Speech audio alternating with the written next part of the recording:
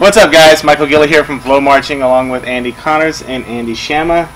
First off, let me correct something. I apologize to him because I've been calling his name completely wrong for a while.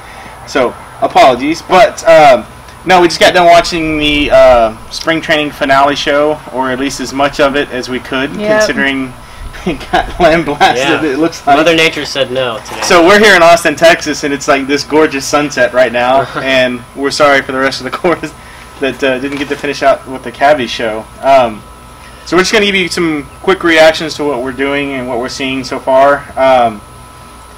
What do you guys think of Blue Stars? Well, first of all, in their opener, they're really running a lot. They have this drill is something that we haven't seen from the Blue Stars really, for me, in a while. Because they had these long visual phrases that is just like they're moving and moving and moving, and then it just continues throughout the whole entire opener.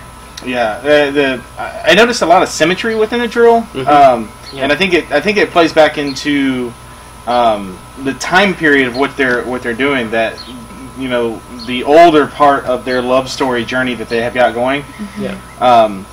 I think back to that wallpaper pattern. I forget what it's called right now off the top of my head. But they keep recreating it in their drill too. Yeah, it's very symmetrical, and I think that's what you see within it. They've got the Romeo and Juliet moment on the benches with the color guard, which, you know, everybody's going to recognize and see. And hey, all you tubas, you guys are hauling. Killing it. Yeah, good for you guys. What else did you guys see? Yeah, the reaction on social media was all extremely positive. Like, for them to be this tight this early in the season, like, what's going to come in the future is going to be amazing. And I gotta say, the color guard uniforms are something that really like sparked my eye and my interest, because, you know, they really speak to the different time periods that their show is encompassing, and I thought they nailed that. Yeah, and it creates an easy transition from, you know, section of their show to the next section, because you see the color guard, they go behind these walls basically, and then they turn back around and they're in the new costumes, and it creates a very simple transition for the whole core. And the integration of those uniforms into the core uniforms. Oh yeah, very slick with the sleeve on the side. I love that cream colored. How it's kind of got that old manuscript writing that looks like they're on there. Yeah, man, the velocity of the drill, the color guard uniforms are great. From a horn line perspective, what did you hear? Well, first of all, this horn line can really blow. They are putting out some good volume for this time in the season. It's something they've been really building up to the last few years. I know last season they had their first big hit was on the ground. The horn line was laying on the ground, and that's something they even brought back into this year's show, which I loved last year. It really grabbed me right out of the gates to become a fan of the Blue Stars. And I noticed that they had a moment where they were playing some stuff where they were leaning on the benches themselves. So from a horn perspective, how does that change, like, how you're approaching the technique or anything like that? Well, yeah. First of all, they were in an open second plie, like grand plie almost. They're really low down in their base, and when you're putting your elbows on a table, there's some extra tension here that you're not used to playing with. So this horn line has to basically create a new normal for themselves when they're standing at these tables. It was like the mellophones or trumpets, and they have this new lower body that they have to be able to match a very open, you know, good deep quality sound, like they would on the move. And same thing for when they're actually laying down during their I think it was during their ballad part where they're laying all the way down on the side and they're just propped up on a shoulder or on an elbow. That's hard to do and sound good still. And they were producing a good dark sound throughout the entire ballad, and I was really impressed. And you mentioned some of the movement that they have during the ballad. Yeah, so there's this moment where they're moving up the right side of the field in this big parallelogram. Yeah, parallelogram block. I remembered my geometry. That's exactly what I was looking for. But they're moving forward and they're doing lower body work, like dance work, this whole time. You know, being very light on their feet while also holding like these big power sustain chords. And, you know, playing out this melody. It's a really powerful moment. It's really impressive to see that kind of development in their show this early in the season. To me, interesting. They've got. You think of ballads, you think of slower developing drill and things like that, but they kind of go in the opposite direction. Yeah. They've got some double time stuff that they're kind of hauling it. Yeah, they're really taking advantage of this new step that the Blue Stars are taking. Yeah, and of course, you know, it's this early in the season. Not all the shows completely developed. They're staging something with the props. You know, you've got the big stage in the front left, big stage in the front and right, back right, yeah, back right. Yeah, they're staging for something there. Yeah, it'll come. Who knows what that'll be in August? You know, it'll be really a much more high-level show. Yeah, highly more defined. Moving on to Cavies. Holy crap, they've got a lot of props on the field. They do. Yeah. A lot of props. And they start off strong with the props, too. Yeah, they use them right off the bat. They do. Yeah, right out the gate, they're kind of caged animals almost. And I think that kind of develops to the releasing of the man, like, you know, when he was when they were talking about the show design prior to them going on the field. Yep. So it's almost got this playground thing. I noticed one thing right out the gate. The performer that's on the back sideline with one of the drums, he's got in-ear monitoring. So there's, I don't know if it's a wireless mic that they've got going back all the way back to the back. So I don't know if that was something that kind of came around last year with the in-ear monitoring that Bluecoats were doing. Yeah. Now you're seeing it, you know, with other cores. So should be interesting to see how that plays out. Definitely. Yeah. What'd you think of the all black?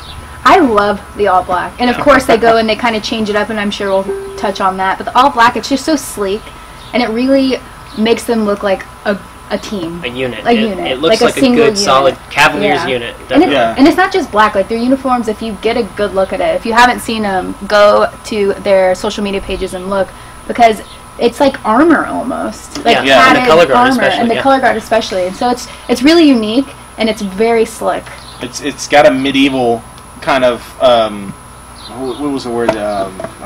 Tribal, but the little the leather studs. Yeah, the studs. There you go. Okay. It's kind of got that very medieval stud look, and it looks mean. It makes them look mean and strong, and just it's like very masculine. Ready. It's very masculine, but I mean, come on, that's it's the whole point. You know, depending on whether you're there live or whether you're watching it at home on FloMarching, the uniform change seemed to be seamless. Seemed to be pretty seamless. Yeah, you didn't even know. And I remember looking over to you at one point, and I was like, "When did they change?" Like you noticed one or two of them when they kind of introduced the idea with that prop on the front left sideline, where they were kind of diving into it and they were pulling out these soloists. Thought that was pretty interesting. Something that really spoke to me was when the tenors were up on that kind of like podium. Oh, yeah. And they're running in a circle. I think there was one or two color guard members up there as well in the middle. Front, yep. And they're switching tenors. Yeah. And spinning them. Yep. The only time I've ever seen anyone do that, like on a stage to like that gave me that reaction was when I saw the Styx live.